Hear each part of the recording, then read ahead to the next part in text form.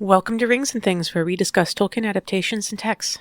We're just two hobbits from the Shire, one bringing the other along on this adventure. I'm your host, Agnes, and this is my co-host, Recurring guest star, JD. Today we're covering the last two episodes of Season 1 of Rings of Power. You want to just jump right in? Yeah. So, as usual, we combine the two episodes, 7 and 8, and discuss the points geographically, would you say? According to storyline. Which often is geographically. Yeah, according to storyline is a better way to put it. So we're going to start with the Southlands. Right off the bat, it had a pretty intense scene with the aftermath of Mount Doom, right? Yeah. Yeah, it was pretty good. I was watching this with some family in the room who hasn't seen anything else besides this scene, and they were drawn in. They said it looked really good. They thought it was a historical documentary about Pompeii because of all the volcanic ash and everybody being covered with it. I was like, no, that's an elf. Isildur, before he, goes missing, he has a moment where he sees some of his friends die. He had, I put it as he had a learned words for death moment in the fire. And I really liked that parallel. I never thought about Isildur's baptism by fire here as being parallel to what the elves went through, but there is a good parallel to be seen here. I feel like the Númenóreans in general, even though they weren't completely idyllic living without any concept of violence, they didn't probably have any warfare for generations at this point. Yeah, I don't think these Númenóreans had seen any war. You had Isildur's one friend, Antimo, I think was the one who said that he'd seen enough war for a lifetime. Yeah, definitely. And I might have been the other one. Might not have been Antimo, might have been the other one. I don't remember which one was which. Yeah. How did you feel about the flaming horse?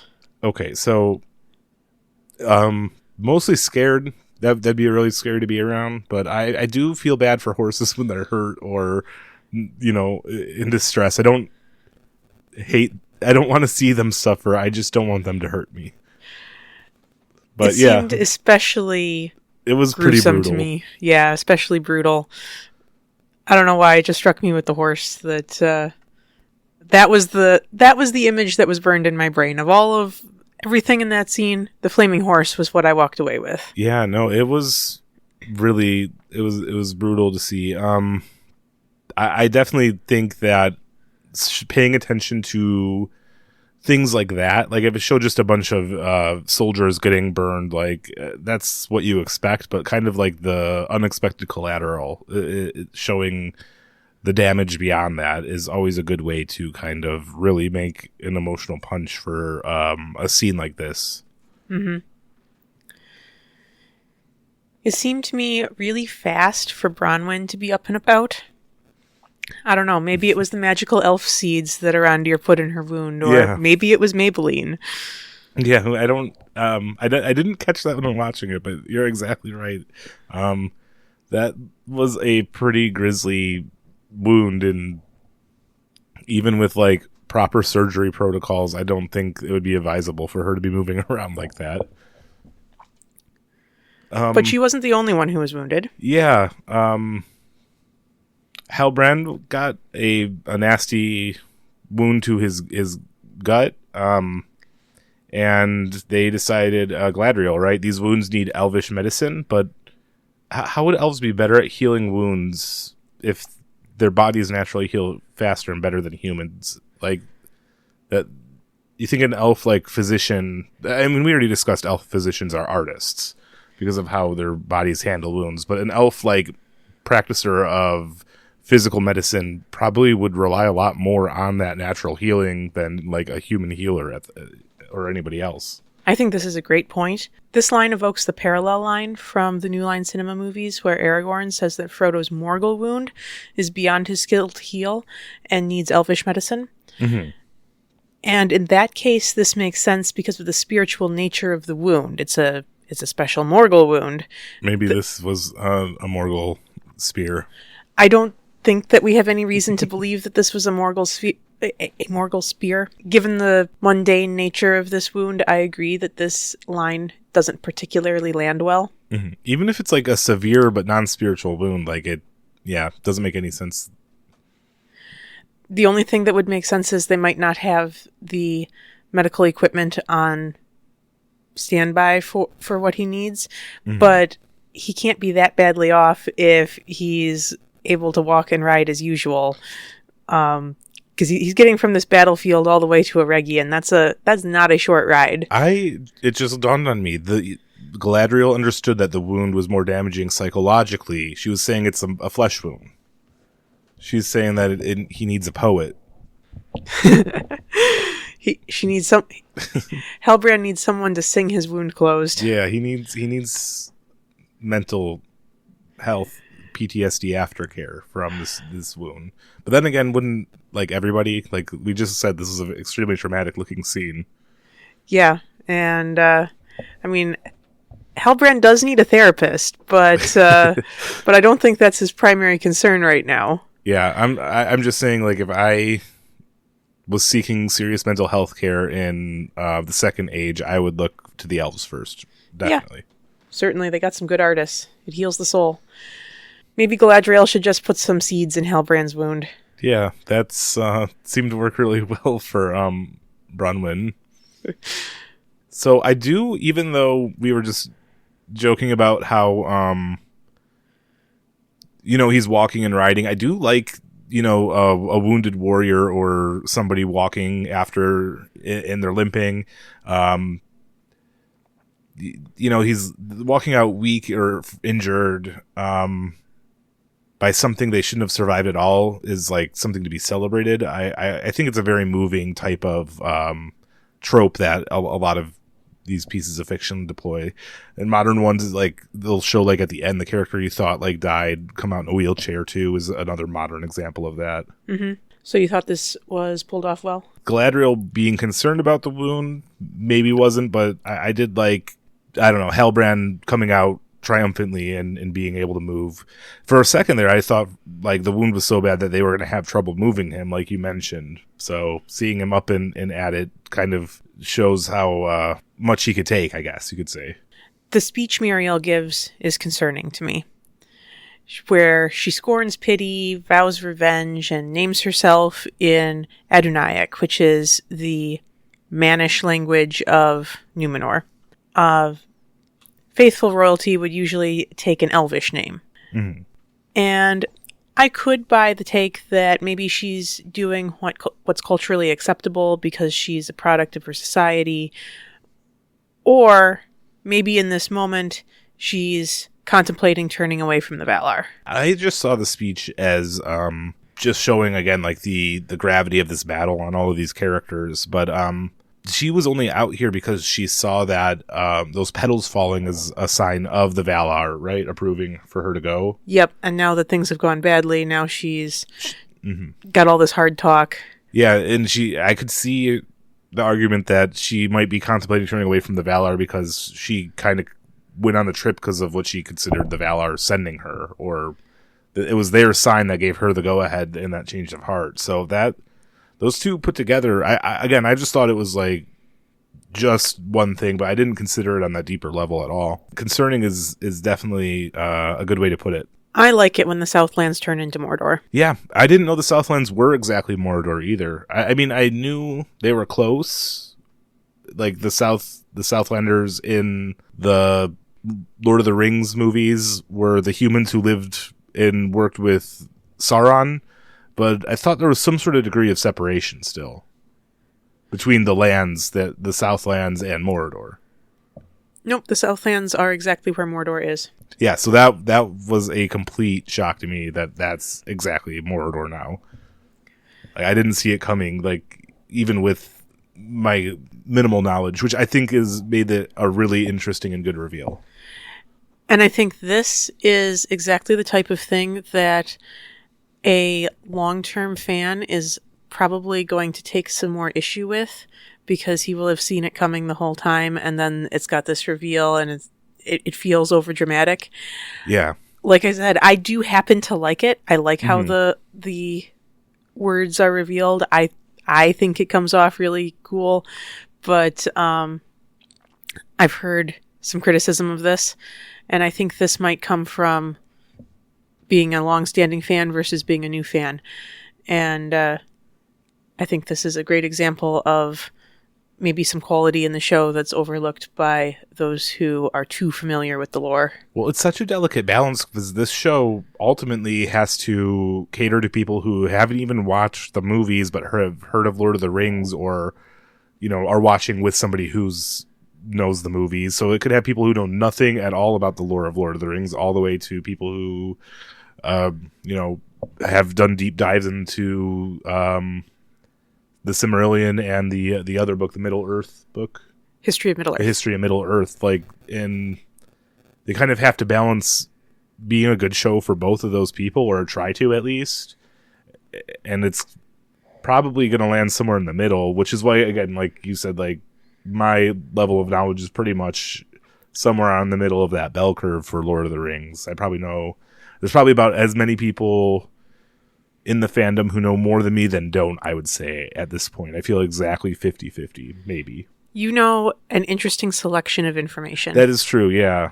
Yeah, I don't... There is definitely some things that I don't know that many people probably learned very early on, or otherwise know less than me know. Knowledge is weird like that. It's hard to quantify. There aren't many people who have only read The Hobbit and on fairy stories. Yeah. But either way, I really liked the sudden reveal of Mordor. Actually, there's something we talk about later that I do know from what most anybody who watched Lord of the Rings, watched the prologue of the movie, would know that I'm wondering what they're kind of cashing in on, but we'll cover that as we get later on. Briefly, though, if you're wondering what I'm talking about, it's Isildur after this scene. Yeah, we catch that later. So, in the show, they do not explain at all exactly why Mordor was the name chosen. They just say, we're going to call it Mordor now. Like, I thought that was a little odd. And in the context of the show, I guess that makes sense. Mordor means Land of Shadow. Mm. In what language? I believe Quenya. So would that be something the Southlanders know? Probably not. Do they actually call it Mordor, or does it just show up on the screen as Mordor? I thought it was just Southlands turning into Mordor. You're right. Yeah, maybe none of the characters actually speak it, which makes sense. And so it's more for our benefit that we're told it's Mordor. Okay. Yeah, I still am excited. I wanted to see the in-universe, like, when they decide to start calling it Mordor, how that goes down. Yeah. Please watch for that and follow up with us. Definitely. So next we have the Harfoot storyline. Okay, so this episode is when I noticed this, but it could have been made at any point after they started migrating. But where are the roads that they take come from? Like, carts don't work well without roads. Who builds and maintains them? How do they take all of their carts to, like, the non-road area? Like, I guess they show that, and it's pretty difficult. But, like, how is that part of their plan? If these carts are so important, it seems like it would really run risk of damaging them. They seem to hide from other societies. Like, wouldn't these roads, whoever's maintaining them, be used by whoever is maintaining them primarily and first and foremost? I don't remember seeing any roads. Well, there were paths at least. And they don't come through often enough to make paths. Yeah, exactly. This seems like a once-a-year thing. Maybe they weren't strictly roads, like paved, like even cobblestone, but they were definitely well-worn footpaths. And maybe I would even argue, like, some of them looked like dirt roads. This seems a valid point to me. Mm-hmm. I don't have a good explanation. I'm guessing maybe it's just that they're really good at hiding, would be my guess. And we know they are really good at hiding. Yeah. Hobbits are really good at hiding. They do, like, again, and this is the first scene they show the Harfoots is them hiding from just a couple of guys walking, too. Like, just two of them. So, I guess maybe it would have just been really boring to show that every time they were on screen, but maybe one other time to reinforce it, because it just feels like they forgot about that. And we've never seen those guys with the antlers again. No, yeah. Yeah, they weren't followed up on at all. They do end up running into somebody, though. Prior to that, they do run into somebody later on. They don't seem to be, like, the type to maintain roads either. They do have the stranger kind of use some magic to try to heal a forest in that was damaged by the eruption, right? Yeah, the trees were kind of roasted by the lava, and so all the fruit was ash, and this was the food that the Harfoots were counting on.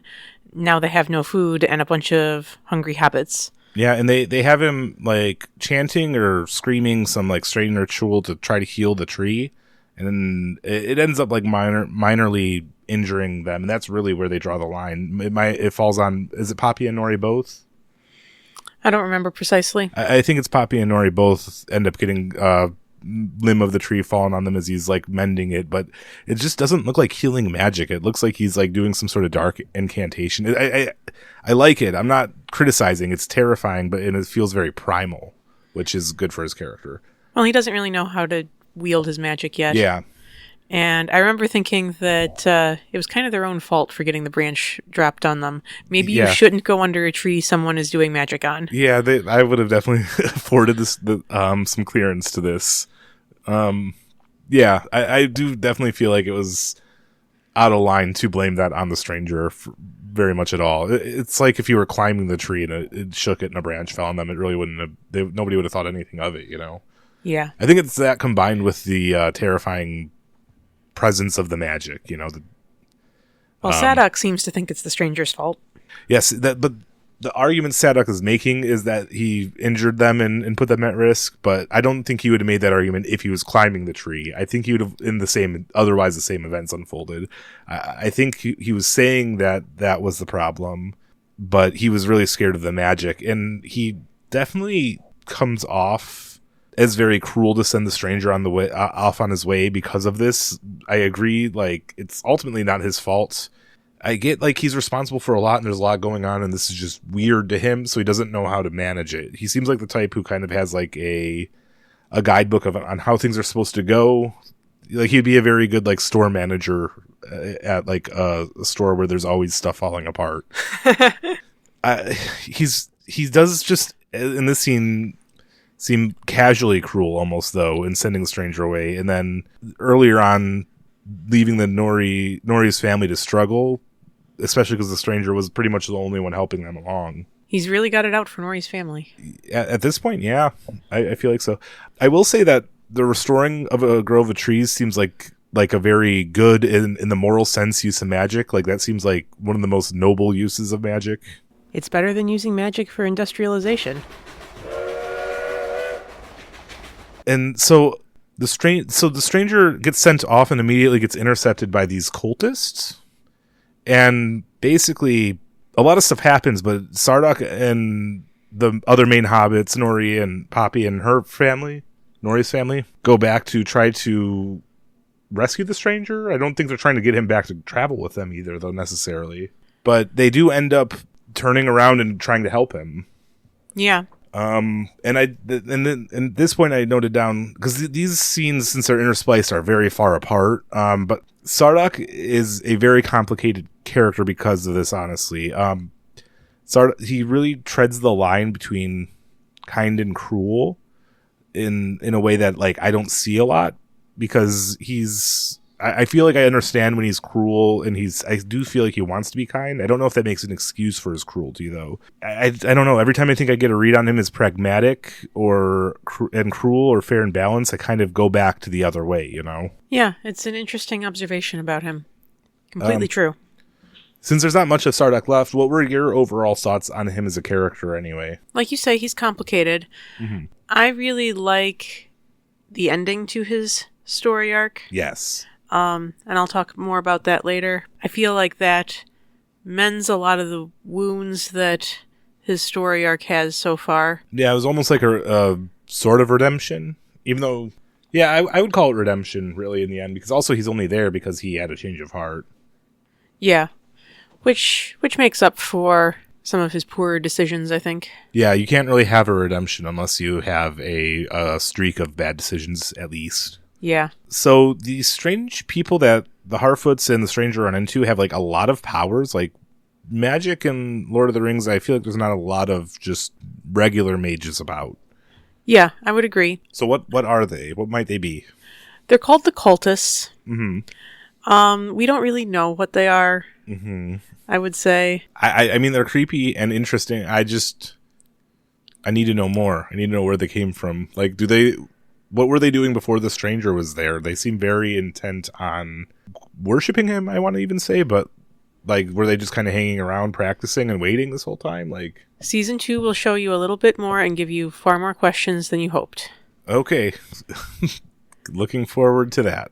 I thought the form change from Nori into the cultist was very creepy, as it should be. Yeah, that definitely... It was filmed very well. I liked it. Yeah, the special effects, however they managed that, definitely didn't set some unease watching it. Kind of skin crawling, watching that their faces morph and stuff like that. Yeah. And so the cultists at this point, and also me as an audience member, believe that they call him some sort of honorific that sounds very Sauron-esque, and they're calling him Master. Him being the stranger.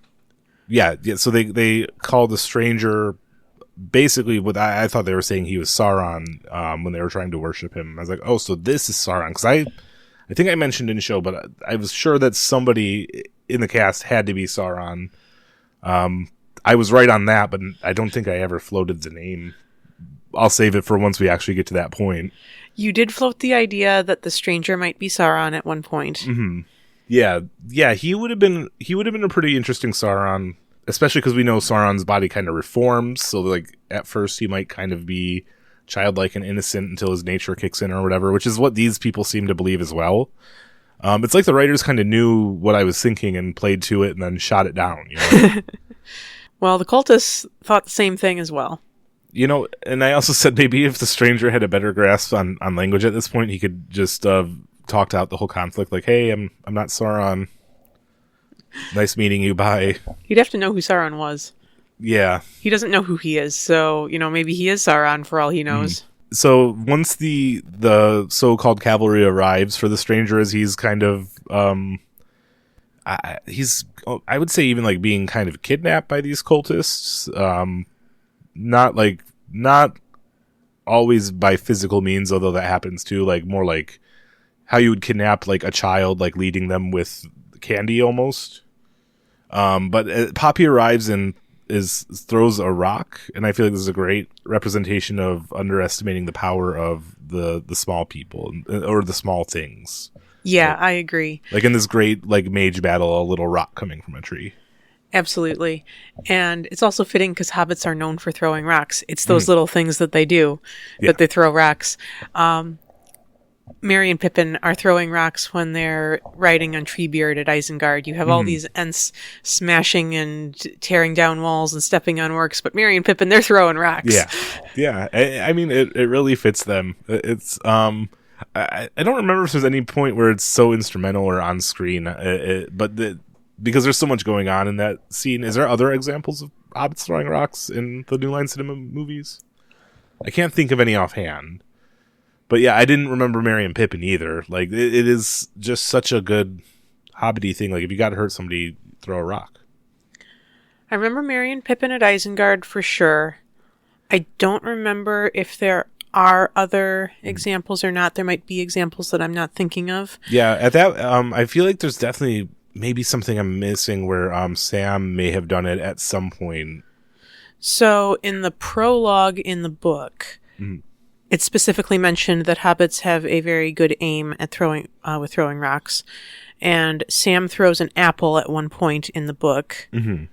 But these are book examples that we will certainly observe them when we get there. Yeah, throwing things it's definitely going to be something I'm going to comment on now every time we read it. Yep. And so these rocks are being thrown against these mages who are using fire bolts. I feel like so far, anytime I've seen fire in Middle Earth, it seems like a pretty much evil power to be able to shoot fire. And you even like using fire seems like it's pretty universally like the bad guys thing. Using fire magically might be a universal evil thing. I would have to think about that. Fire itself is complicated. Yeah. It definitely has its evil applications, but I can think of good applications of fire in general. The Ringwraiths avoid fire, and other servants of evil have no great love for it either. Yeah, that is a good point. I wonder if somehow making the fire manually makes it not evil. Because I feel like every time they scared the Ringwraiths, it's from a bonfire that they made, you know? Yeah, which is why I'm wondering if maybe the magical application of fire is what makes it evil. It's like, I think it has something to do with getting something from nothing, maybe. Like, if you build a fire, there's work and time and fuel that you have to put into it. Yeah, and what is magical fire consuming? Probably nothing good. Maybe you. Yeah, probably your purity or your heart or your soul or maybe some unknown reservoir of other goodness in the area. The only example I can think of magical fire offhand that isn't evil is the Elven Ring of Fire. Mm-hmm. That's the ring that Gandalf has. And what it's described to do is to rekindle the hearts of those who are losing hope or becoming tepid in their resolve against evil. Yeah. And you mentioned also that the terms the secret fire and the flame imperishable are Yes. references. The next thing is the secret fire and the flame imperishable are references to the creative force of Iluvatar. And so I feel like maybe like I imagine Iluvatar probably doesn't need to follow the laws of fire being the creator. Like Iluvatar all the time creates stuff out of nothing. That's what he does, right? Iluvatar made fire. Yeah, Iluvatar invented fire. So, but I feel like maybe also that's kind of like saying like Prometheus stole fire from the gods and was punished for it. 'Cause that's like taking something. So like if you're gonna be a non-god and mess around with fire, you better put in the work. Otherwise, that's gonna be coming from something. This theme goes beyond Middle Earth and Lord of the Rings. I feel like in 90% of fiction, fire kind of has this vibe to it, you know. Well, I love looking at fire in Lord of the Rings. We should take a look at the examples that we get in the text of it. And so this parallel I keep making and I keep coming back to, but this movie was very special to me as a kid. The Iron Giant is all I can think of for this entire arc of The Stranger through season 1. Like Nori says, you choose what you do, and I feel like and maybe it's more natural sounding because I've heard it, but in the movie Iron Giant, the line they use for him is "You are who you choose to be." I feel like they probably would have even chosen that phrasing if it wasn't already so like popular from that movie. So at this point, I know he's not Sauron. I feel like he could be probably Gandalf. I'm thinking some other Dark Horse candidates. I would like to see him as Saruman. I think that'd be interesting because showing Saruman as like a pure good, like yeah, is how he was intended to be. That's how he would have landed. Would be really good. Definitely like one of those angels or like the god manager types that Saruman and Gandalf are. Astari. I think they like the cultists even confirm he's an Astari, right? Yep, they call him the Istar, Yeah. which is the singular, and then Istari is plural. Yeah, I'm guessing that with the hobbits, it's probably them trying to explain Gandalf's closeness with the hobbits, though. It's been there from the start, because he definitely is in on hobbits, and they seem like quasi-mythical creatures to almost everybody else besides Gandalf and the elves. So I will neither confirm nor deny any of this speculation, but I will tell you a little bit about what's in the lore. Okay. So one of the things that is said about Gandalf in The Lord of the Rings is he has many names in many different areas. He goes by Gandalf in the north. He goes by Tharkun among the dwarves. He goes by Aloran in the west in the days of his youth. And it goes on and on. I'm missing names here. And then it concludes by saying that to the east he goes not. Okay. And the east is precisely where this stranger is going. That's so. It would be contradicting, at least to the lore, to say that this is Gandalf, unless he doesn't end up actually going east and gets drawn somewhere else. Perhaps the stranger doesn't actually go east. Perhaps this information in the book is an error. The person reporting it might not, I'm not saying this is a plausible interpretation, but you can always cast doubt upon the truth of what someone is reporting in the lore. Sure. I mean, and then also the showrunners of this adaptation could have just not considered that an important line. Or they could be deciding to change it. Exactly. It could be Gandalf who's going to the east. Maybe Gandalf went to the east once and then afterwards says, to the east I go not. Yeah, exactly. That would be a good explanation too. Like, why not go east? Well, I was there once and it was horrible. Yep, and now I do not go to the east. Yeah. I'm still up in the air on this, even with that additional information. It's just an interesting thing that kind of relates to this, though. I'm between, unless I'm sure there's a Astari I don't know about, but the two I do know about, I could see it being either of them. I think either would be great. The other Astari, let's talk about all the Astari. So that's information on Gandalf. Saruman, I don't know that much is known about him, except that we know that he does go to the east. Mm-hmm. And in the east, there are other Astari, the Blue Wizards. Mm-hmm. And there's a couple different stories on these guys. Tolkien wrote a version where he had them become leaders of magic cults and fall away from their purpose of working against Sauron. You know, they kind of set up their own gigs. And these were like actual Astari, or were they like sub-Astari, or like these are Astari. Okay, they are full-on Astari. Okay. Yep. The two Blue Wizards go to the east, and then the first version of the story has them fall away and become leaders of magic cults. Mm-hmm. And then the second version of the story is vague about precisely what they do, but it credits them with staying true to their cause and fighting the battle against Sauron in the east, and we just don't get their story. Oh, man. That would be a great story, too. There's a lot to do with Tolkien's extended universe. And Saruman goes to the east and meets up with these guys. Mm-hmm. So whether they're good wizards or bad wizards, Saruman's off in the east doing something with them. And then I don't know about... He wasn't in The Hobbit, but Radagast in the Hobbit movies? He would be an Astari as well? He is absolutely an Astari as well. He is the fifth and final Astari. Mm-hmm. Yeah, I don't know. I feel like I can see any of those... So the three Astari I know of that are named, I feel like it'd be a little bit lame to kind of have him be like the Blue Wizard, because we don't even have names for them. There's names for them. I just don't remember what their names are off the top of my head. I'm just saying, of all Palando and somebody else. Of all the choices, I don't know of them, so they're personally the least interesting by far to me. And I feel like even outside of that, there's other reasons that I think it would be kind of a letdown if he was one of those two. Although I just said there isn't much on them, and I wanted to hear more about it, so that could go the other way too, I suppose. The Blue Wizards are a nice clean slate. Yeah, exactly. Yeah, I'm definitely...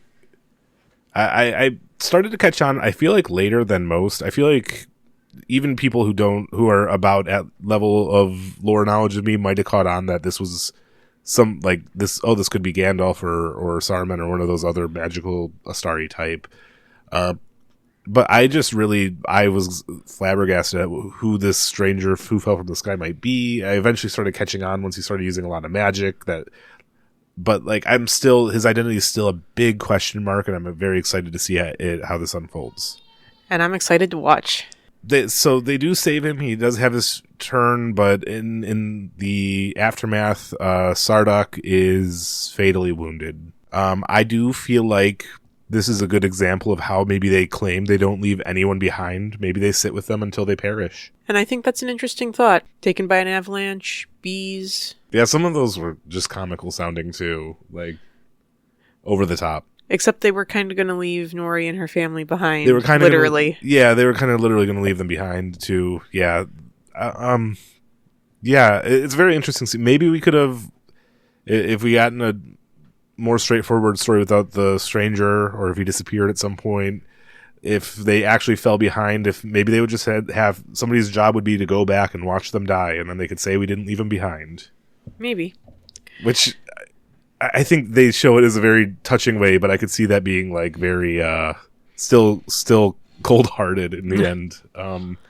Because again, like, they should have had like maybe a systemic solution to Nori's dad's injured foot beyond.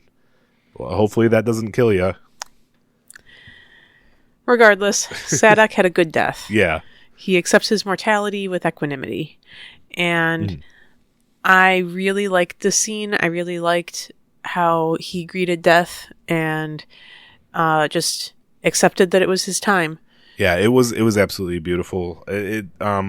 Nothing was rushed. It wasn't putting him out of his misery or anything morbid like that. But he also wasn't scared of death. He wasn't begging to be saved.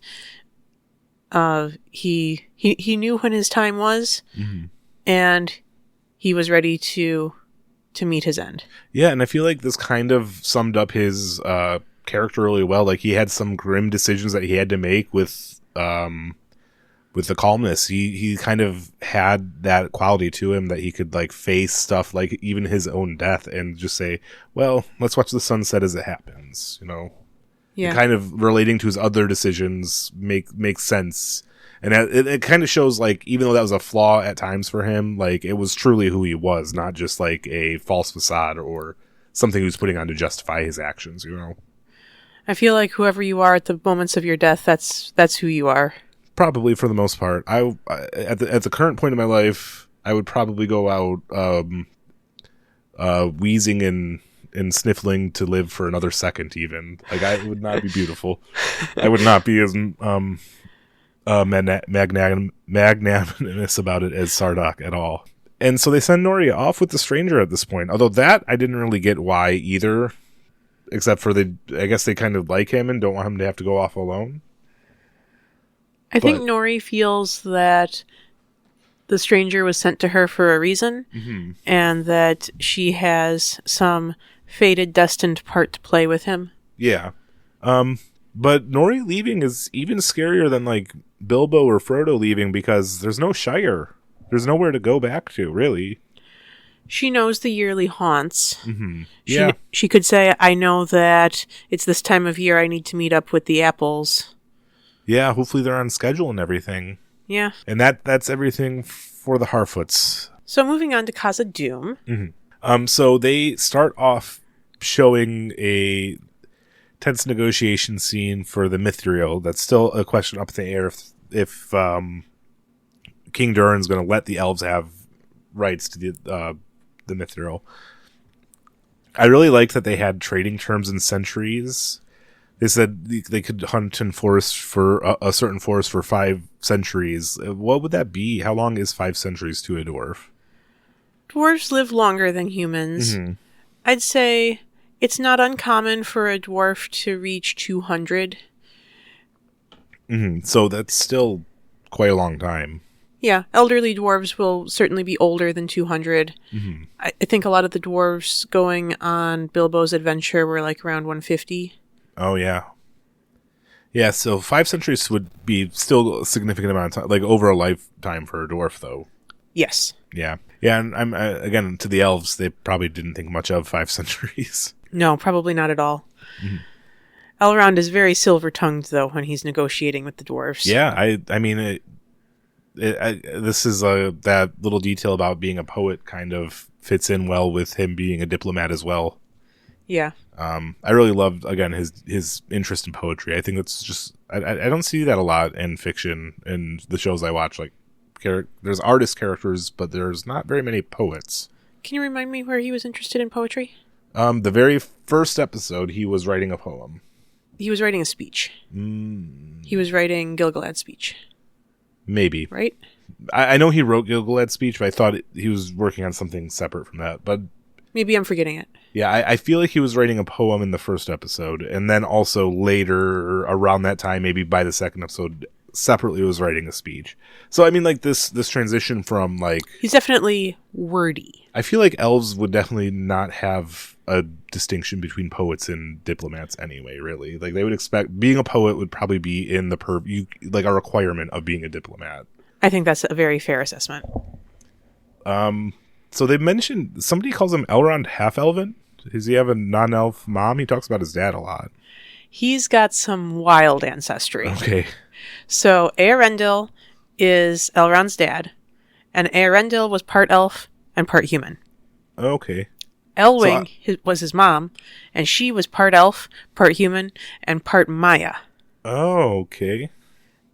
So literally descended from divine. Wow. It was enough for me to learn that elves and humans could have children in this world, because I don't think it's ever directly mentioned, but also that Elrond is some sort of demigod, if that's how it works. There's a lot to unpack in what you just said. First of all, I think that the closest this has been addressed with what you have seen previously is when Arwen turns around from going to the Grey Havens in the New Line Cinema movies, and she accuses Elrond of keeping secrets because she saw the son that she and Aragorn could have. That's true. Yeah, they do mention that. Now that that's a pretty direct example. But the other part of that is, I would say that Elrond is not a demigod. It doesn't work like the Hellenistic legends. No. If your grandpa's a god, you're not necessarily divine. Melian, the Maya, is the one who reproduces. She's kind of like an Istari, in some sense. She's not sent by the Valar to defeat Sauron or anything like that, but she's of the same class of being as the Istari. Got it. And she takes on a physical form, and the more that you do in the physical world, the more bound you become to the physical world when you do that. And conceiving and bearing a child is like the biggest thing you can do to bind yourself to the physical world. Yeah, definitely. So even though she's not incarnate the same way the Astari are, she's as close as you can come to that. Wow. But by doing this reproduction. So if anything, she's coming down to more like an elven level in some way, rather than Elrond being raised to the Maya level. Okay, got it. It's not without its benefits. I mean, her daughter is Luthien, the most beautiful elf to ever walk the earth until Arwen. Yeah, that makes sense. And saying that she's on the same level for Astari, the parallels in my mind is more like you have angel ancestry, which is very different to me than having like deity ancestry. I feel like from the stories I read in my own headcanons for most of the worlds, if you have any sort of actual deity as an ancestor, that's going to somehow pass down. Where like an angel ancestor, you might just have like non-supernatural good things, like good looks, as you mentioned. Okay, well, by that category, I would say this follows more the angelic that you're laying out. Yeah, and I also, in my head, compare I've done it earlier in my notes too, the Astari, I call them angels, just because that's the shortcut in my brain I use to kind of keep track of all this. That might not be a perfect one-to-one, though. Tolkien does compare them to angels, but a big thing to note is that angel is a job description. Angel means messenger. And there is a certain parallel between the job description of angel and the job description of Astari, because the Astari are sent as emissaries from the Valar to deal with the Sauron thing. Yeah, but they're not just delivering a message, unless the message is Sauron needs to stop. I mean, it's message and help, among other things, yeah. but there's a certain parallel there, whereas Maya in general as a species do not have that job description. Okay, got it. So like Melian the Maya was not sent as an emissary from anyone. She was there because she wanted to be there. Okay. Whereas the Astari are legitimately sent on behalf of someone else to do stuff, to do more than angels. It's not necessarily a one-to-one parallel, but there is a certain similarity in the sense that they're sent by a greater power. I'm following all this. So, bringing this back to Elrond, then, he is not technically even half elven, though, because it's not quite a clean split between elf and... Like, if both of his parents were just strictly half elf, half human, then he would be truly half elven, right? Yeah. It's less about the percentages and more about the fact that he is of mixed descent. Yeah. Yeah, he's a otherworldly cosmic fantasy melting pot. So after the negotiations which fall through and King Durin decides to go not work with the elves, younger Durin says that my friend is drowning, which I know that like they don't only live in caves and there's water, but it doesn't feel like a dwarven thing, a dwarven metaphor. My friend is drowning. I don't know. With the way that sentence had such weight, I just feel like they could have come up with something else. Yeah, I hear what you're saying. My most generous take is that you can drown in caves. You can drown in caves, and the dwarves leave the caves. I do get that. Yeah, but I hear what you're saying. The line was not the best line. Yeah, and it sucks because the actor delivered it with like a lot of conviction. I feel like too. Oh yeah, it stuck with me. Even now, I can close my eyes and picture his face and the sound of it. It was a good scene. Same. Prince Durin's actor does a great job. Yeah, I agree. His dad, when he's having this discussion, maybe I disagree with this, but at the start of it, he was very even keeled and absolutely reasonable. I feel like helping the elves is nice and it's ideal. The mithril's dangerous and also volatile and possibly needs to be used by the dwarves on top of that. So there's about like 100 different reasons you could think of to not let the elves go and get it. Yeah, there's 2 interactions that happen over the course of these episodes. And for this first one, I definitely agree that King Durin is very even-keeled and reasonable in this. I think that the elves are trying to cheat the destiny that they believe has been appointed to them. Mm-hmm. And I can see how King Durin is wise to not want to counter what Iluvatar has ordained. Yeah, and I still don't, especially at this point, watching through, completely understand what's going on with the elves anyway, except that their power's fading, they have to leave. But I don't quite understand what's happening there. So fading is a vague concept. Mm-hmm. I think it works as a pretty powerful one anyway. Because you can interpret it as they're going to get smaller. You can interpret it as they're going to become more invisible. You can interpret it as they're going to become less powerful. Mm-hmm. All of these different things happen, I think, when elves fade. Yeah, I wasn't even trying to picture. I figured they'd all be gone by then. I wouldn't even know what happens if they stayed despite the quote-unquote fading. I pictured it more like a withering almost, like they just like become weak and maybe even physically disheveled until they no longer have any essence in them and they become like husks, empty husks. That sounds like aging. Yeah, like aging. Yeah, they start aging. Maybe they start aging because elves don't age, right? Yeah. Fading though, I always imagine more with the invisibility axis. Mm-hmm. Yeah, I imagine the elves becoming invisible. And there's mentions in the lore about faded elves being like spirits that humans could interact with. You know, it says please don't, but yeah. Well, that makes sense too. I think beyond just invisible, but like incorporeal, like can no longer like your hand passes through stuff. Yeah. Then too. That's the more literal That's the more literal meaning of fading, obviously, but I thought it was kind of just like a poetic way to kind of say aging, maybe. And maybe elven aging looks really ugly compared to human aging. I recall a comment in Rings of Power that I thought didn't jive very well with the lore because it implied that their very souls were going to cease to exist when they were fading. Mm-hmm. And that's definitely not what elven fading is about. Yeah, you mentioned a lot about how their souls kind of can't just disappear. Elven souls will exist until the end of the world. Yeah. And you mentioned they can get reincarnated as well? Rebodied, yeah. Reincarnated. Yeah, so I all this to say, I just feel like maybe the elves would...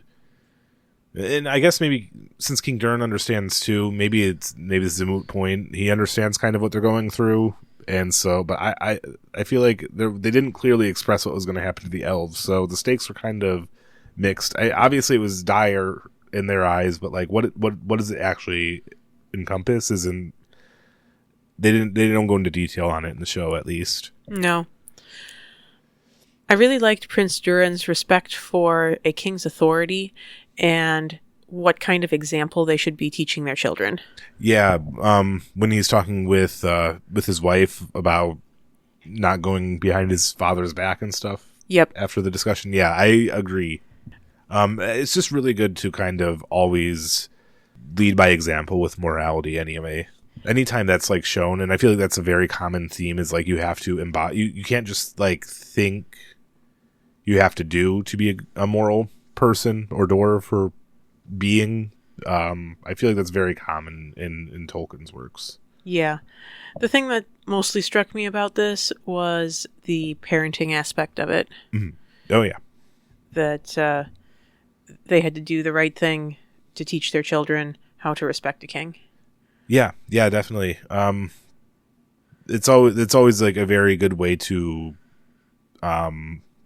consider, even like the real world, like consider your actions. Like, how would you explain that to your children, or if you don't have a child, your hypothetical children, even, you know? Yeah, it's a good thought exercise. Durin was about to tell Elrond his secret name, which got me thinking, how are dwarvish secret names discovered? It's not something the show dives into. It's not something I'm aware of anywhere else. It just got me thinking. I feel like it's almost like you have to just be living amongst them, and it's always an accident. It always just slips out at some point. Just knowing dwarvish customs, like, it's definitely like a gotcha moment. Like, if you've been, you know, staying on Durin's couch for 3 weeks and you hear like one of them mention his secret name to the other, and you're like, I gotcha. That's how I see it. I meant, like, how do you discover your own dwarvish secret name? Oh, your own. I thought it might have been a birth name, but I mean, it could be family given, I guess. yeah, I thought they did. You know, yeah, like you said, family given, but it's like supposed to carry more weight and significance than your other given name. But I guess it's not said in the show either way. Nope. Maybe it is a self-chosen. That would be more meaningful and impactful. Yeah. I'm at least not aware of anything in the lore on this offhand. Maybe it's there and I don't know. Does it mention dwarvish secret names at all in the lore? I don't remember it being mentioned. Mm-hmm. But seems like an oddly specific thing to make up, though, on the other hand. World building. Yeah. No, I like it. I just there's a lot of questions now. Well, I'm sure the internet will tell me if it's in the lore, and I'm just not aware of it. Yeah. I do relate to and love that Elrond picks fun at Durin for having the same name as his dad. I've been struggling with that. Which actually shouldn't be a thing, according to the lore. No? So, elves have their own reincarnation, but so do dwarves. Oh, wow. The dwarves believe that the 7 fathers of the dwarves, the original 7 dwarves, come back as people of later generations, so like in temperament to their original that they are the original. So the Durins that we see throughout history are thought to be reincarnations of the original Durin. Oh, so having 2 at the same time would be problematic. Having 2 at the same time is lore problematic, yes. Yeah, and like probably culturally, I'm sure some dwarves really didn't like that. If that's to be carried in this world. Well, this is just a point at which the show is divergent from what the books say. And that's okay. It's telling a different story. Yeah. And so they mine the Mithril and Secret Elrond and Durin end up doing, which there's a scene there talking about tremors and letting the rocks settle. I'm like, you think this would arouse some suspicion. The next scene it does, and they're caught. Yep. And so King Durin really is taken aback by his son's betrayal, and he takes off a necklace. Is this some sort of symbolic, like, accolade, like a medal, or is it more like physical manifestation of being the heir apparent? What is this necklace? Do you have any ideas or thoughts? I don't know that anything is specified in the show. I interpreted it as being like something that the crown prince wears, and by taking it away, he's symbolically stripped him of his right to be heir after him. Yeah, I just couldn't, I guess what I couldn't tell was, is this like something that Durin earned in his life that got revoked, or is it like the promise of inheritance that got revoked? It wasn't exactly clear. Either way would be pretty harsh. It's not clear. I interpreted it as being like the eldest son wears this kind of thing. Yeah. Yeah. So not exactly earned except by birth order. Yeah. King Durin's description of Prince Durin as a baby was very moving to me. Definitely. This happened just before. It was probably like right as the scene kicked off, and it was very, very touching. Yeah. But then King Durin strips him of the necklace, whatever it means, and the scene ends much more badly than it started. Yeah, I mean, even still, I mean, I don't think it's the appropriate thing to do, but I understand watching the whole story unfold, like, why King Durin was, like, he very adamantly told and gave Durin plenty of time to ask questions and understand and why he's so firmly no on this, and no matter what, like, he still went behind him and betrayed his trust. Yep. So, I don't know, I feel like, and, you know, you never know when something like this would stick, or how final, like, disinheriting somebody is in an argument between the two of you, but I feel like his anger and hurt is pretty justified. Mm-hmm. It's not like King Durin has done a public ceremony to disinherit him or anything like that. Yeah, not quite.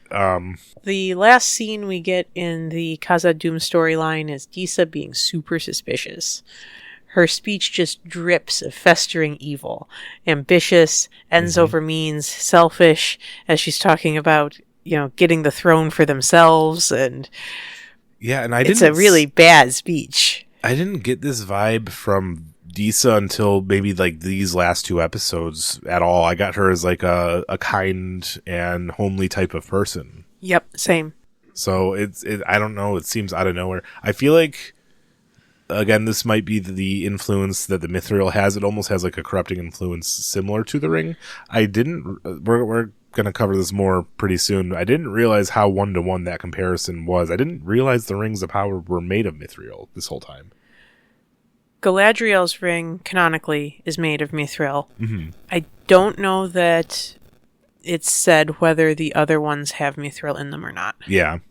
I mean, it would make sense that they're all made of similar material if they have similar powers. I think the 3 elven rings are possibly made out of different material. I know that Mithril is Galadriel's ring in canon, in lore. Yeah, so I feel like, and I mentioned this earlier, and when I mentioned this in the last episode, like, I didn't realize the connections between the rings and Mithril, but it seems like to me the Mithril has like some sort of magnetic draw to it. Like, once you start mining it, like it gives you greed to want to get more and more of it. And I feel like Disa's actions might be explained by this, possibly. Let's keep watching for this and see what you think. Okay. The Numenorian storyline definitely took a back seat, I feel like. Like, there was, if we're talking about at least runtime of how much, like, the characters from Numenor were on the screen, you know. Yeah, and part of it's because they were on screen in the Southland storyline. Yeah, that's also true. So they show them kind of heading back to Numenor. They have a lot about Elendil dealing with Isildur being presumed dead. It's kind of, I said it kind of trite because we know it's a fake out. So I imagine maybe this is what you were talking about with Mordor for how a lot of people felt. Like, but we already know Isildur is not dead. The show writers could be trying to establish some dramatic irony, or showing how, even though we know Isildur's dead, how characters, you know, his dad, even though we know Isildur's alive in the end, we still need to see how his dad deals with thinking his son is dead, and what type of person he is and what that says about him. So it's still not completely a waste of time, but I'll have to see what it comes to in the end, but so far it doesn't feel, it's falling flat for me, just because we know Isildur's alive. Yeah, I agree about the Isildur being dead falling flat as a point in and of itself, but I really want to focus on the idea that the effect it has on Elendil is really the important part here. Yeah. It's really less about tricking us into thinking that Isildur is dead and more about watching what Elendil does. Because Elendil's shown up to this war and he's lost his son. That's a huge blow. Miriel has shown up to this war and she's lost her sight. That's a huge blow. And here they are both questioning their faithfulness together. Yeah. And I really like how they end up both deciding to solidify their faithfulness. Oh yeah, it's a very good scene. Making the end worth the price, come what may. Ends don't justify means, but they can justify prices. Yeah, that was I definitely was turning around in my head that they were talking about, even if it's not worth the price to, like, they said something about, like, you're paying the price without knowing what it is. And no matter what it is, you already agreed to pay it, you know? Yep. I meant to mention this, like, a bit earlier. The queen being blind is pretty an interesting development outside of the emotional impact. For me, it made me think of how blindness was, like, used as a punishment akin to, like, execution in the Eastern Roman Empire. Since you couldn't, like, administer or do anything on your own. It was, like, pretty much a punishment akin to, like, complete revocation of titles. Like, you just couldn't, like, your title, you were considered politically dead. And oftentimes they would just take the land. You wouldn't even pass to your heir. They would just take it from you. And then plus the grisly physical aspect of you'd have to somehow blind them, I think usually using just by removing the eyes. But basically, blind leaders weren't well liked historically. There's a few examples of it going the other way, but much more examples of a blind leader being, like, a sign of the end times, or just, like, some culture saying it's not even possible, you're not a leader anymore. You are always so full of interesting historical facts. I love it. Yeah. This one is a very big one. There's, like, at least 7 or 8 different famous people from, like, because the Eastern Roman Empire is such a long running time. Like, there's, like, a lot of different guys who their whole story ends with they were blinded and died in squalor, like, years later. It's like, wow, that's horrible. Your comment about the end times is very interesting to me. Mm-hmm. Yeah. I mean, like, and there's the other side of the coin, but, like, there's definitely some. I feel like that's what this is building to, and, like, back then when you had royalty, like, they were, like, the head of state. Like, if they had rune to their body, that was, like, akin to your country being blinded, you know? Yeah. And Muriel is trying to hide her blindness. It's not something she wants faffed about. Yeah, for a good reason. Like, and I think it's especially ironic that she's gone blind, considering that her father is literally called the Farsighted. Yeah, that one I didn't catch on to either, but that is very funny. The Farsighted and the Nunsighted. Yep. And he even prophesied to her that she would find nothing but darkness in Middle-earth. Yeah, way too literal, though. Good on. He was farsighted. So this is the last story thread. It's Eregion. So when did they switch to a different place? Because I thought before it was called something else. When Hellbrand rides from the Southlands all the way to Eregion with his guts falling out, that's when we go to Eregion. Yeah, where was Celebrimbor and the High King and Elrond at in the beginning of the season? Because I thought that's where this was. Elrond and Gil-galad start off in Lindon. So this is no longer Lindon. Celebrimbor is Lord of Eregion. Okay, so that makes sense. Got it. I am now caught up. Yeah. I don't know. It was all the Elf area. These two places probably are pretty close geographically, though, right? Probably. Pretty close. Lindon and Eregion are closer than Eregion and the Southlands. Yeah. Yeah, Eregion in the Southlands definitely seems like a bit of an issue, but I think the wound just probably wasn't that bad. But it needed elvish medicine right now. I mean, my generous take is that Galadriel just wanted an excuse to bring Hellbrand back, and that's where she was going anyway, right? You know, she could said that. Yeah. I don't think that's what the writers were really getting at, but that's the only way I can make all of it make sense, I guess. But no, yeah, it's probably just they probably weren't counting on people to think about it this hard for some reason. But I mean, the distance is the distance, you know? Yeah.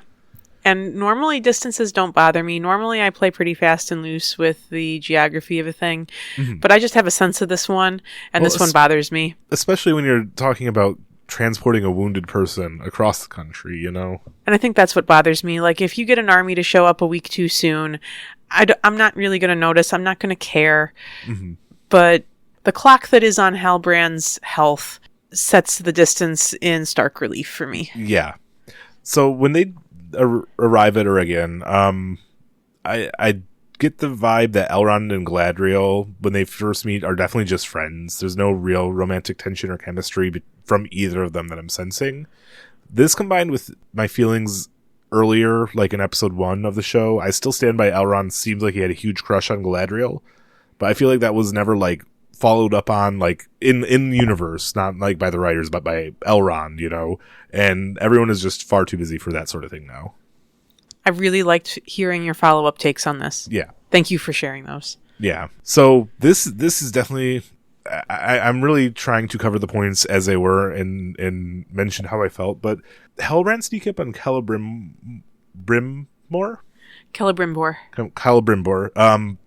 was odd, that scene. Like, it was almost felt like a horror scene, like with him shouting out, like, who's there? Is anybody there? And there's like some tension there for some reason in the first half of this conversation until they kind of start to talk more like ideas. Like they don't know if they could trust each other, it felt like to me. And I didn't get that tension at first. I interpreted it as being Celebrimbor not believing that he could benefit from talking to this man. Mm-hmm. Well, yeah, definitely. I feel like Celebrimbor definitely was skeptical of Halbrand's knowledge and know-how, but I just think, I don't know, like... Well, realistically, what would the greatest of elven smiths alive need from a man from the Southlands? It's apparently the knowledge of a basic alloy. Yeah, which I find a little implausible that the greatest elven smith wouldn't understand how alloys work. Look, they put a band-aid on this wound. they mentioned that it's because where he came from, they had such few precious minerals that they had to learn how to alloy often, and maybe the elves didn't need to do as much as often because they had richer mineral veins.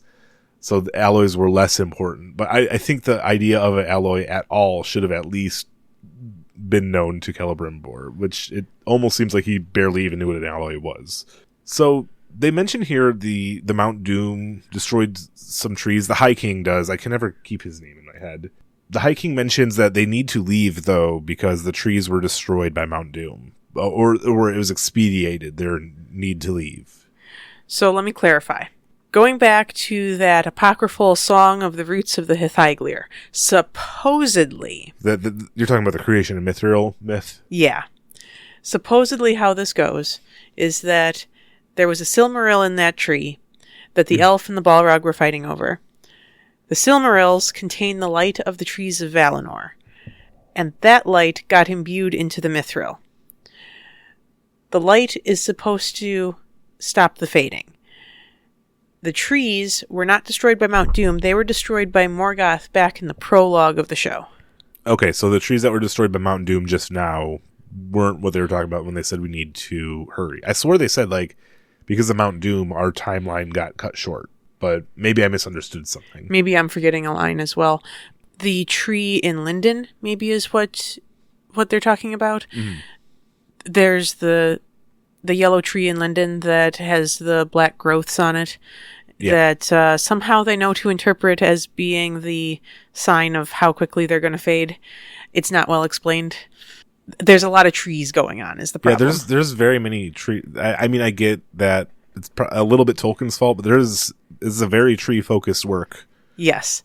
The apple trees that Mount Doom destroyed, I don't think have anything to do with anything. Okay, good. Because I felt like that was a little bit odd. The 2 trees from Valinor, like I said, were destroyed by Morgoth in the very prologue. So that was already happened.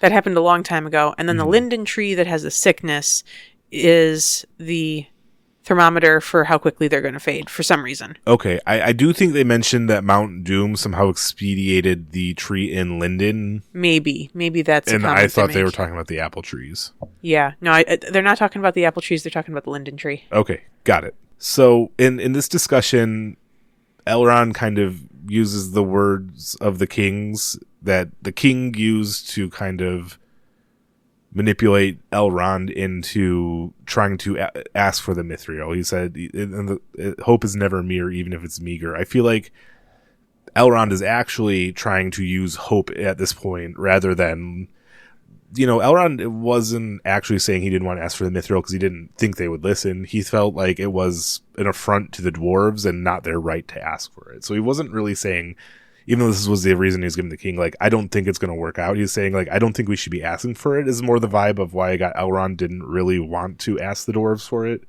He felt like it was kind of, like, intruding on the dwarves, like, sovereignty and stuff like that. But he said, I don't think there's any hope for us to get it. And so he twisted the words and said, hope is never mere, blah, blah, blah. But now he's using that quote again against the king to argue and justify attempting to make a solution with the bit of mithril they got. Yeah, I mean, if they have it, they might as well try, right? Yeah. I don't know. The king seems like things are very pressing, like they need to get packing now. That seems to be his argument. Except that elves are never on a fast timeline. I know, yeah, like I'm like, it's 3 weeks to an elf has got to feel like 3 hours to us almost. Maybe not quite that. Nothing happens that fast to an elf. There's no way that he wouldn't be like 3 weeks. That's impossible. Also, so now it cuts to Halbrand. So this is like he's all very excited all of a sudden about like being a king, working with the mithril, stuff like that. And I just felt very contrasted to him in Numenor when he wanted to be forgotten about in an ocean or be a smith there. That's all he really wanted to do. Halbrand has a plan now. Yeah, I thought it was weird. I thought it was very odd. So they decide to go ahead and use the mithril anyway. Yep. Even though the king said not to. And, the last scene, Galadriel has some elven scribe look into Halbrand's history. I think she was kind of weirded out, too, like, about everything going on. And so the very next scene after they start creating the rings, they begin making attempts with Halbrand and Celebrimbor. I think Elrond's there, despite being a words guy. He's still there. Galadriel's there, right? And then Galadriel and Halbrand go off and talk some more, and it reveals that Halbrand is Sauron. And I didn't... Dun, dun, dun. I did not realize it until Galadriel was holding a knife to his throat, which the signs were all there. Like, I should have known from the moment it was a smith, because Halbrand being a smith and the rings being smith, like that's like the earliest example I could think of. So as soon as he was trying to get a smith job, it should have perked up my ears already then. I couldn't believe it. I didn't notice it until last minute. Halbrand being Sauron was never something you floated, I don't think. No, I don't think so. I don't like it. No? No. You think is it too charming of a characterization for Sauron? No, that's not the problem I have with it at all. Why was Sauron on a raft in the middle of the Sundering Seas with a bunch of nobodies? Yeah, that was a question I had. I will foreshadow that this does not go unaddressed in Season 2, but I don't think it is sufficiently addressed. No. There's that, and then also, like, he doesn't want to go back to the Southlands, or he wants to stay in Numenor and be, like, from what I got, like a craftsman. Like, maybe at best he could be, like, a prominent guildsman. He didn't seem hungry for power at all in Numenor. I'm fine with that as well. Mm-hmm. I just have a problem for why he was in the middle of the ocean on a raft. One. I don't get a lot of stuff that's happening. Maybe a lot of it's explained very shortly here. I just don't like the idea that Sauron is on a raft in the middle of the ocean. I think that a bunch of his other stuff works just fine for me. Mm-hmm. Not really wanting power in Numenor is fine. I'll work with that. Mm-hmm. But I think that it's funny that Sauron, who I think of as the god of order and micromanagement, mm-hmm. was stopped from getting a job in Numenor by bureaucracy. Yeah, he probably, like, I think that ate at him. That, like, probably, as soon as he heard, like, you can't get a job, he's like, oh, I know exactly how this is going to work. Like, he probably had a bunch of, like, just with his future portfolio and previous portfolio, like you said, the god of micromanagement was like, he saw this system and was ready to exploit it. I feel like maybe. Yeah. Like, as soon as he saw those badges and that guy with a ton of badges, I could see him, like, totally being like, oh, I'm going to get all those badges. Maybe that's why he wanted more badges. I like this idea. He wanted to collect the badges. That's why he wanted to play around in Numenor. Yeah, he was like, hold on, I have to get to the top of the badge guild system, and then I'll go to the rest of Middle Earth.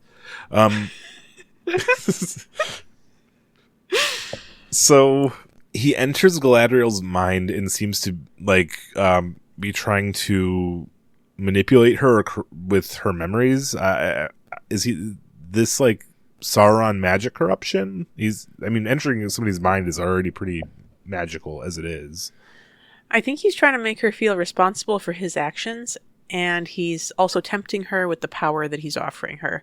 I don't think he'd call it corruption. He'd call it an offer she can't refuse. Yeah, I think that that his manipulations, Halbrand Sauron's manipulation, being casted as psychological in this is really good. It reminds me of Boromir falling to the ring a bit.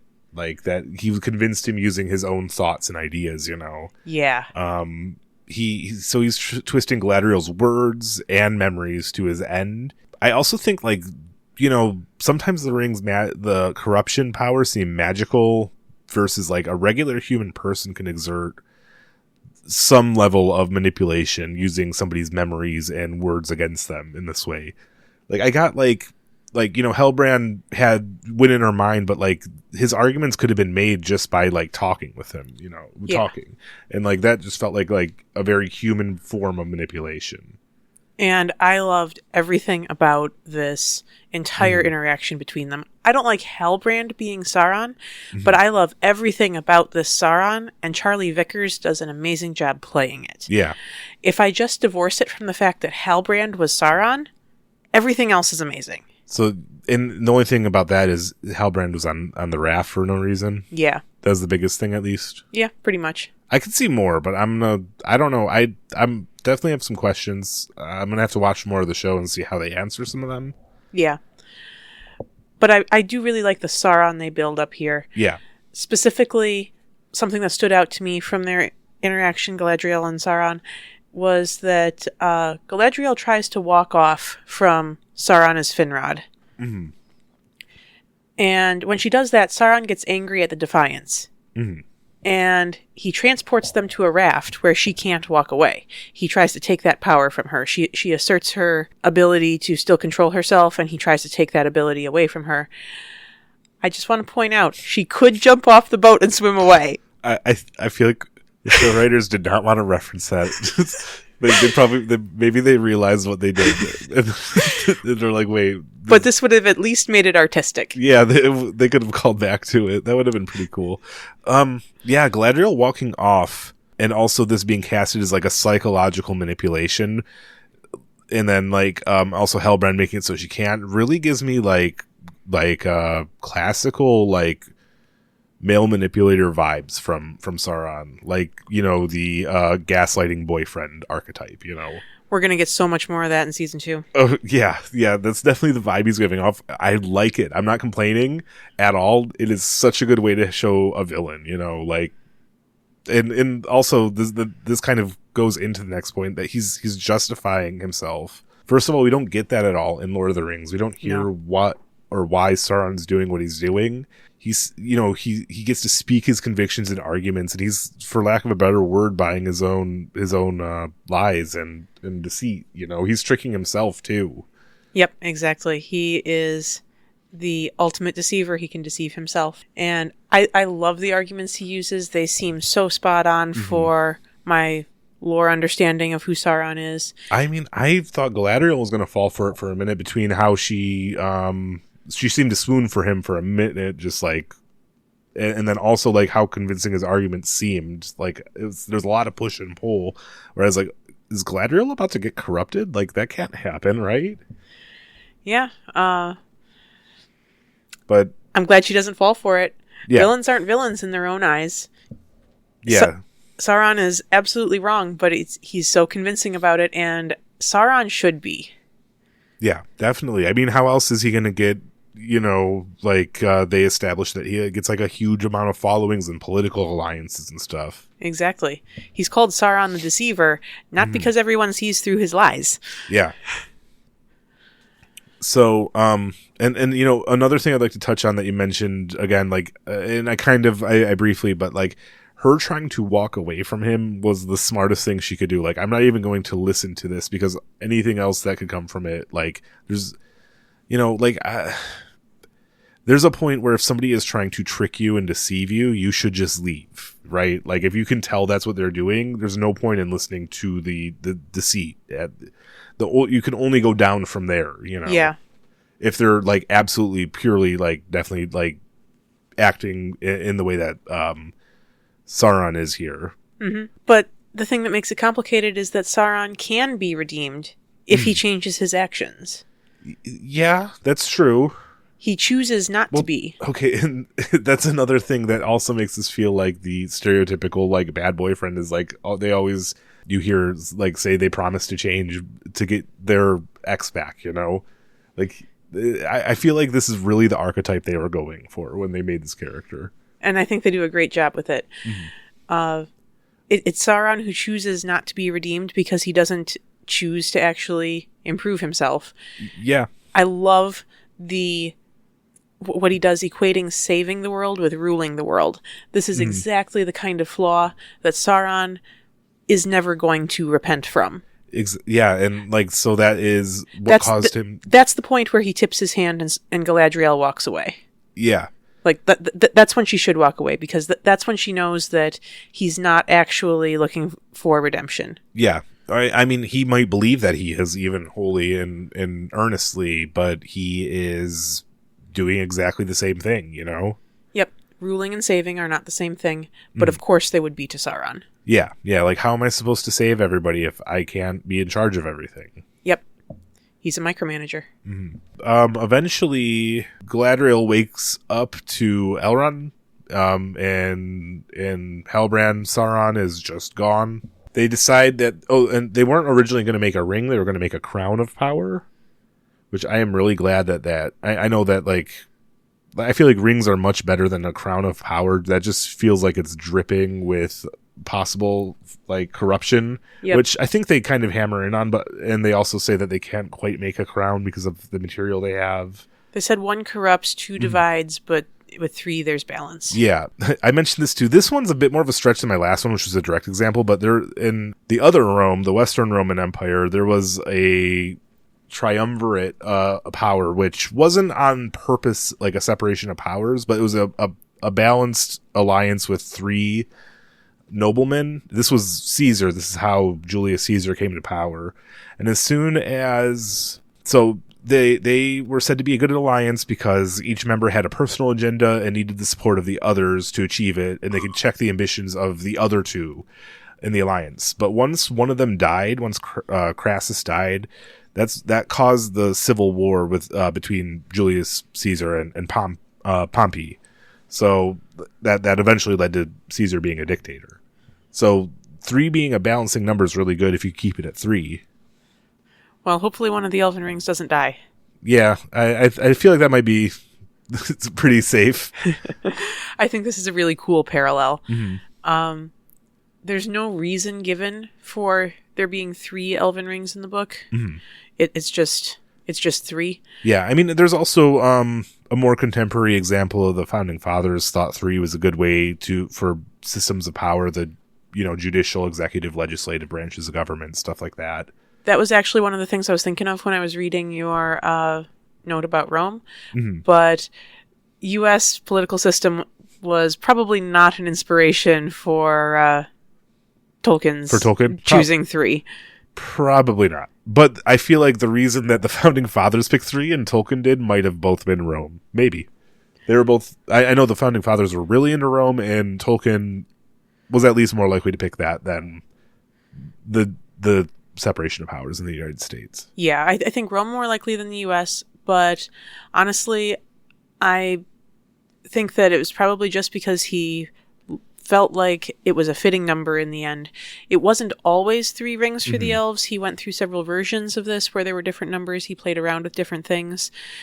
I don't know. My sense of it is just that he settled on the numbers because he liked them. They felt right to him. I could go into much more detail even, not historical examples of 3. Like, I know that occult 3 is considered balanced in math and engineering, like pyramids and triangles are considered balanced. Like, it's a very balanced number, and I think he wanted to very hammer in on the balance. In numerology, it's called a number of perfection, and I think that may have influenced it more than anything else. Yeah. I just there's 100 different reasons. Well, 3 is a number of perfection, 7 is a number of perfection, and 9 is also a number of perfection. So Those always come up, yeah. In the end, the 3 categories of rings are all numbers of perfection. Got it. Yeah. Yeah, that's probably a heavy one. And then but there's so many this is why I try to have a wide breadth of knowledge. There's so many carryovers between the the numerology describes spiritual significance to numbers, but there's connections between that and math, and also the physics and engineering, all of that kind of references and bounces back off each other, in my opinion. None of these facts exist in a vacuum. Exactly, yeah. And I think Tolkien was probably pretty well read and just also had his writing style for these books and going back and fixing it. There could have been any number of reasons he picked 3, and ultimately it doesn't matter. But I like to kind of look at the common, the other influences and see where this fits into the thematic thing, the thematic 3. I always love your historical commentary. Yeah. So that was it for our rings. That is season 1 of Rings of Power. Now let's do our things.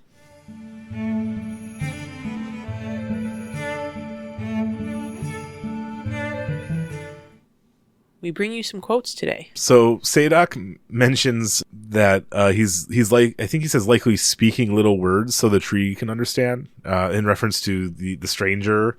And I thought that was very charming, and I really liked that. It was well delivered. I liked it as well. Mm-hmm. Now, we both selected this quote as one of our quotes. Mm-hmm. Galadriel says, "What cannot be known hollows the mind. Fill it not with guesswork." I selected this quote, and I noticed that... I noticed, and B, I verified, that every word in this quote is of Germanic origin. Yeah, I'm guesswork probably is what I guess clued you in on this. I didn't notice that at all, but I picked it for more the heart of it than the mechanics. But guesswork kind of might have been a dead ringer, because that's, you could have filled it with 100 different Latin words.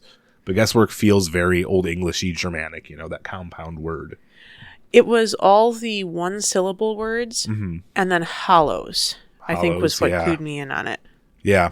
Guesswork, guess is actually from Dutch, which I feel like is the farthest from this, but Dutch is still a Germanic language.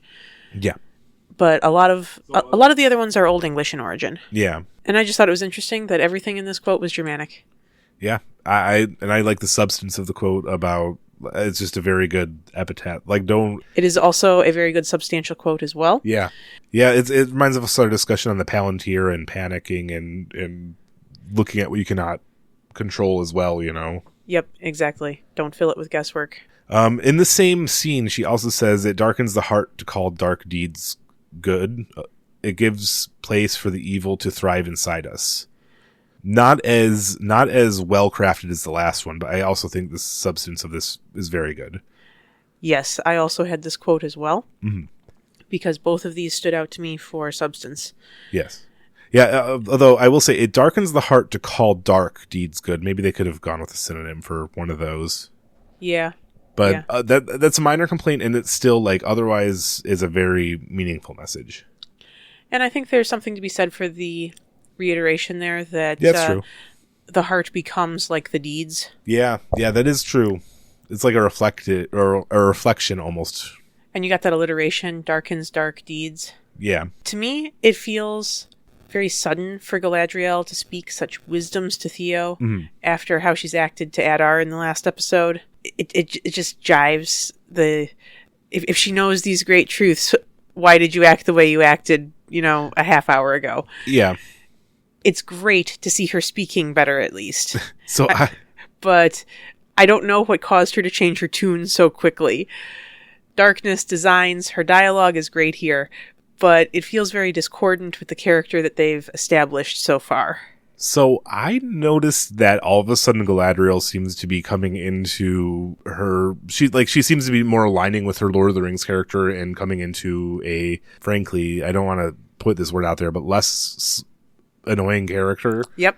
But I feel like they didn't change too much on Galadriel personally, what I feel like is the situation changed and Galadriel's demeanor fits it now. She was always kind of like intense and sometimes too intense for people. Like from episode 1, she was breathlessly like advocating to look for Sauron, and in Numenor she was up there like being standoffish and giving everybody a hard time. But now this sort of like, I feel like this worldview of hers is finally in a world where it needs to be, and she fits in better now, is kind of how I felt about it. That's really insightful. I like that. But I will say she was very headstrong at times too, and both of these quotes maybe she could have looked at.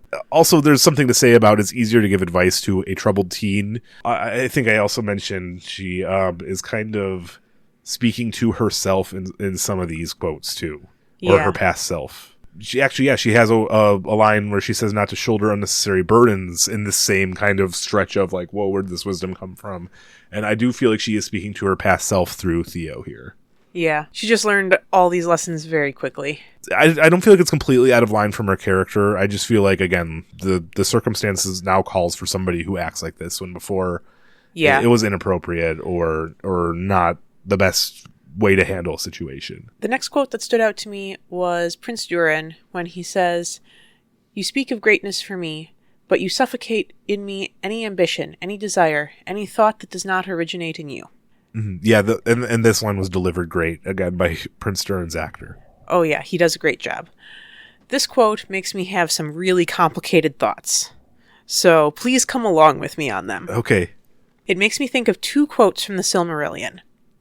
First, before creation, when the Silmarillion describes Melkor going, quote, often alone into the void places where, quote, he had begun to conceive thoughts of his own unlike those of his brethren. Then Melkor weaves those thoughts into his creation music, and they are discordant. And at the end of the music, Iluvatar says, quote, "And thou, Melkor, shalt see that no theme may be played that hath not its uttermost source in me, nor can any alter the music in my despite." The parallel that I'm seeing here is about where thoughts originate, and having a person of power, the unequal power here, Iluvatar and Melkor, and King Durin and Prince Durin. Yeah. So, if I continue to run with this idea, this casts Prince Durin in parallel with Melkor, and King Durin in parallel with Iluvatar. Mm-hmm. I think this is the most sympathetic take we could get on Melkor's side of things, honestly. But ultimately, I think King Durin's decisions are pretty sound. We talked about how, we kind of sympathized with King Durin and his hesitancy to help the elves. Yeah, definitely. And I think this parallel that I see here might add some credibility to that interpretation, that King Durin has some wisdom to not necessarily lend the Mithril to the elves, up until he disowns Prince Durin. Mm-hmm. Iluvatar did not disown Melkor, although he did rebuke him. Yeah. Melkor definitely didn't go unnoticed for all this, but he wasn't disowned by Iluvatar over what he did, even though, he's saying discord into the very matter of the world. Yeah. But considering also that Prince Durin defied a king's order, maybe he's lucky he's not getting executed. I would also like to note that he didn't completely disown him. He did make it seem that way in the moment. We'll have to see how it plays out, but it could have just been a heat of the moment decision that he regrets and takes back. Yeah, he certainly didn't do it publicly. And yeah, exactly. It wasn't a public disinheritance at this point. But it does feel like that Prince Durin is getting more discipline than Melkor, despite the differences in their crimes. Yeah. So, I think this parallel lends credibility to the idea that King Durin is right in what he does up until he disowns his son, and that disownment, whether public or private or temporary or permanent, that this represents an overstep on King Durin's part. Yeah. Yeah, it definitely was out of line, I feel like. And again, like you with your last sentence, maybe that's more of a modern sensibility, and he was to somebody who to the times who lived during times of royalty thought this was a very minor slap on the wrist too, like when you live in the time of absolute monarchs and stuff like that. Yeah, maybe. But yeah, it definitely came off as a bit harsh. even with how big the consequences of the action are. Yeah. And my final quote that I liked was from the stranger. Alone it is a journey. No, adventures must be shared. Yeah, that one was really good too. It's just really heartwarming and hobbity. Hey, this parallel, the stranger is finally coming to some wisdom too. Like he's, before not really had the ability to express himself as well. And in the same episode, that Galadriel is starting to seem more wise. That's very true. Yeah, you're right. Next, we have a language, lore, and letters. Mm-hmm.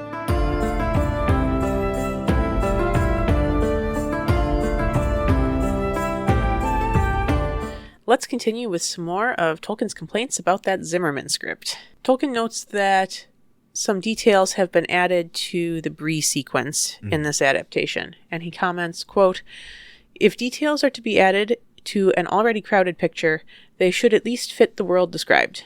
Mm-hmm. Visual mediums will necessarily have to add some details sometimes, and how something does or doesn't fit in with the world may have some element of opinion, but the general sentiment here is one that I think is very reasonable." Yeah, definitely. And I think that this attention to world building, his specific complaint being like, they mentioned that there's some sort of issue with registration or registering something, and he's like, who would he register with? There's no government. That type of attention to world building is what makes Lord of the Rings so great.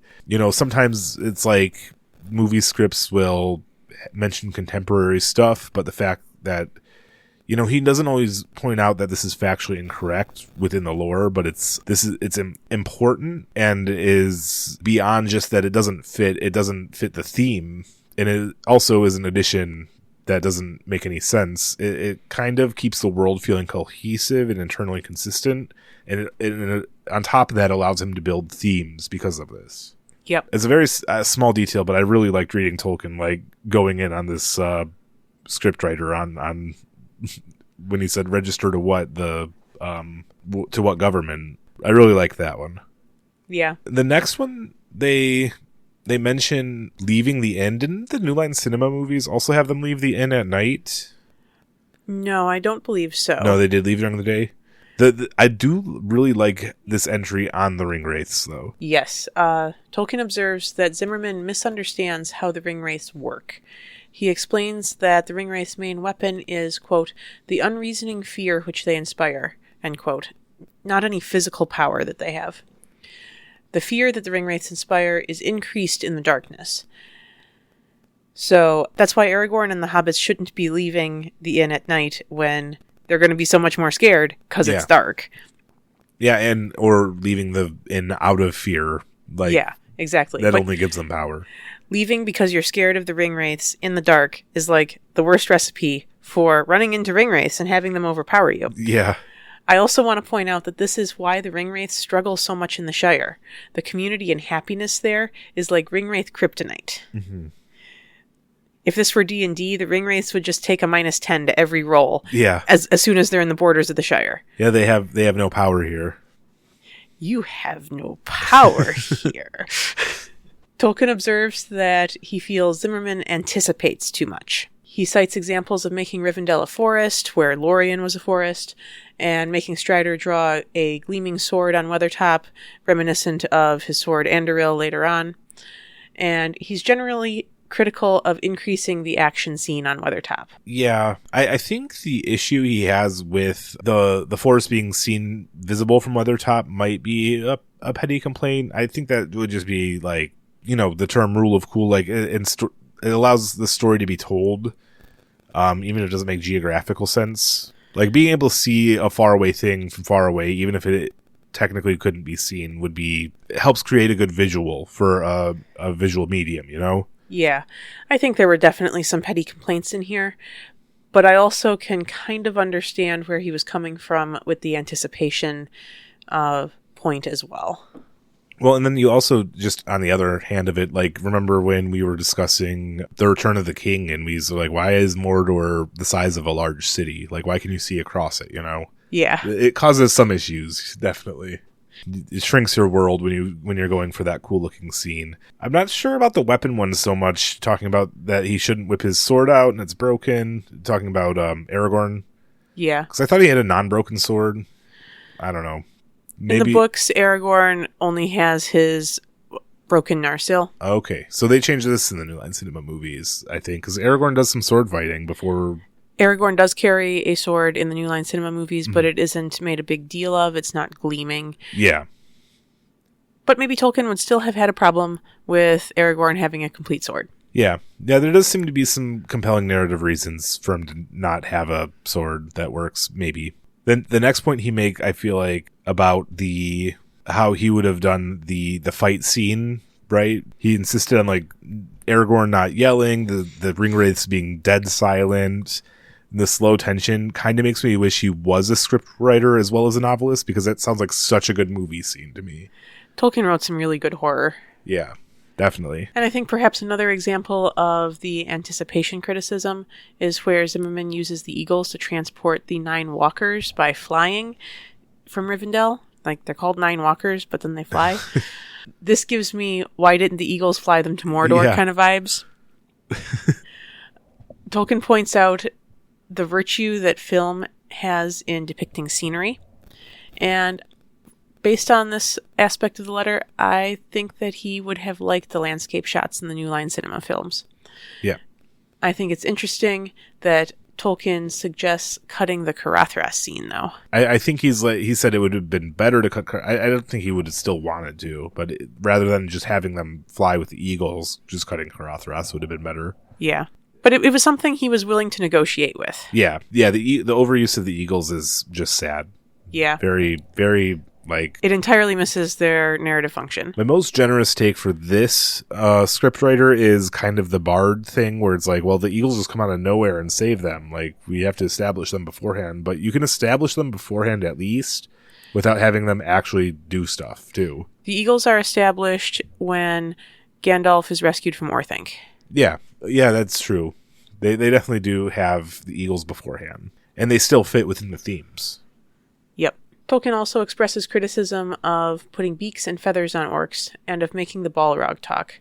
It was important to him that the Balrog not make, quote, any vocal sound at all. I really actually like the idea of beaks and feathers on orcs. Like, that might be cool. Maybe not in Lord of the Rings for lore reasons. That might not work. But it sounds freaky and weird, and I like it. So I'm going to read this quote in full from the letter before I read my notes on it. This may be a hot take, maybe. I don't think so. No, tepid take.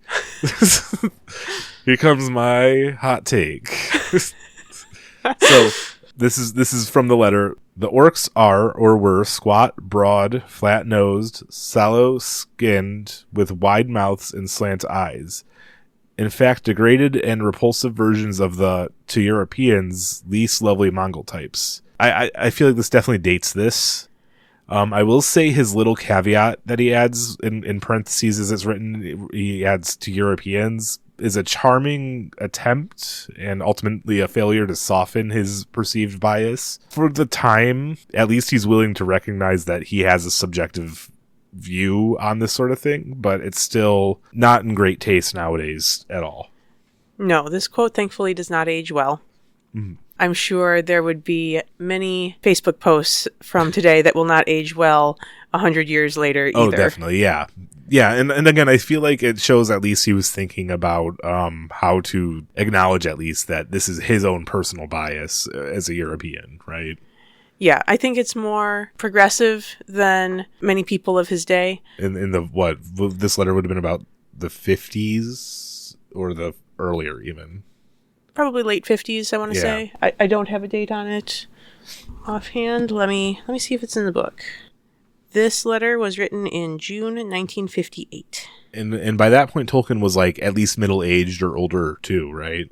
Oh, yes. Yeah. So he was an old guy in the 50s. And I feel like all in all, despite it not aging well, he did the best he could with the context he was in. And that doesn't make the quote any less harmful or hurtful to people today. No, absolutely not. But yeah, it's like I said, it's ultimately a failure to soften this bias, but it was an attempt. And maybe I should have mentioned this when I was talking about the orcs, but the Balrog sneering and laughing, I kind of like. It seems okay to me. I like the more bestial Balrog. Yeah. We have a question that needs answering.